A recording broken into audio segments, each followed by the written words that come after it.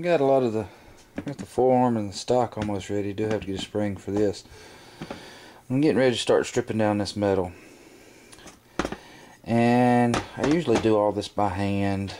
And then what I'm going to basically do is once I get all this stuff the way I want it, I will take and rough it up with a 600 grit sandpaper, and then wipe it down and then Duracoat it. Wipe it down with like some paint thinner or acetone. But we got all these little crooks and crannies and all up in here. Most of the time when somebody redoes one of these, they'll strip them completely down, put them in a sandblasting tank, bead blast them, sandblast them, soda blast, whatever they want to do. But you want to make sure you've got everything cleaned out, because you wouldn't want to put this in some kind of bunch of foreign debris being squirted up in there at high pressure, because everything get jammed up and gummed up. But we're going to try a little something different. I don't have a sandblasted tank, so we're going to put this in the tumbler. So I'm just going to drop her down in here, and then I'll fill her up with some media. Alright, you see we got her in there. We're just going to turn her on. She'll sink to the bottom. We'll let it run for, I don't know, however long we want to let it run. Might be able to hear me a little bit better now. We'll let her run and see how she does. Take her out in 8, 12, 20 hours, however long we feel like doing it. See if it cleans up a lot of the grime, grit, and debris out of it.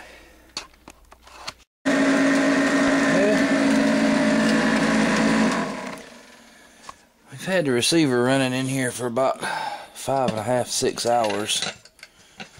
I figured we'd give a little peek see and see how she looks.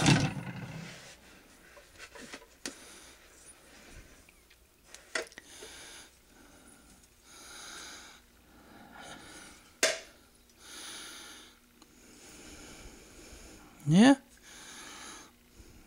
got a lot of the grime and grit out of it. Like I said, I'm not really interested in polishing it up. I just wanted to clean a lot of the surface metal. So I think I'll put that thing back in there and leave her overnight. And then we'll hit it with the 600. Like I said, mostly this was just to get all the insides and outs, nooks and crannies. And then I'll blow it all out with the air compressor.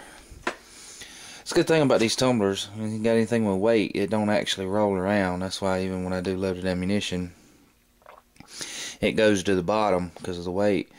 And they just sit there and all the media just goes around it. So we'll turn her back on. Down to the bottom she goes. Well, after about 12 hours, we definitely got all the grit and grime out of it. It's even started to polish up the metal pretty good. Enough so that for what I wanted to do, I'll hit everything else with a 600. So, as you can see, there was the other receiver.